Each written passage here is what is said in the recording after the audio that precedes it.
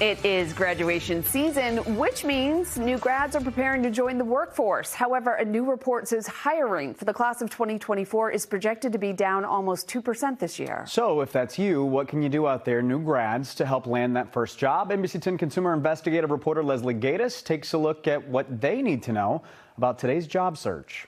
You need to be really passionate about whatever it is I'm doing. For me, it's really good to have an equitable and diverse workplace. At the Center for Career Equity Development and Success at Suffolk University, the students we caught up with are looking beyond the paycheck. I have to look into their actions through DEI and their corporate social responsibility. The market for students graduating college is strong right now. Companies are definitely looking to add new talent to think about the future. A Robert Half survey shows about 65% of companies intend to hire entry-level workers this year. What do they bring to the table? What I see with this generation is perseverance and endurance. They've gone through a lot and they've had to adjust their approach. This was the first class that went to college during the pandemic. They know the value of being able to be with their peers. It's not like they want to be in 9 to 5, 5 days a week.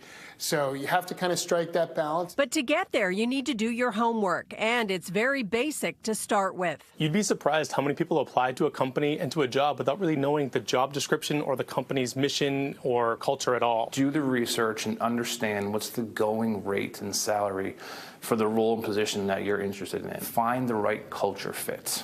Research the right corporate culture that works for your personality, that allows you to thrive. It worked for Jake Sherman, whose internship at East Boston Neighborhood Health has evolved into a paying gig for the summer. They have a top rating in the Boston Globe as one of the best employers, and they're one of the largest community health centers in the nation with such an awesome mission. Other tips? Let's make sure that our social media is professional and be thinking in terms of your future. Take in-person interviews. The other really important thing is to show up to an interview with questions. Ramp up your resume, cover letter, and LinkedIn profile. It's a place where you can be active in the community before you have a job there. You can post insights, make connections, and really paint a picture of yourself that's authentically you. Take advantage of the alumni networks, mentorship opportunities, and career service professionals at whatever school you attend. They have unique ways to help you. Also look at other tools. We have a labor market insight tool here at the institution that can help you get a baseline for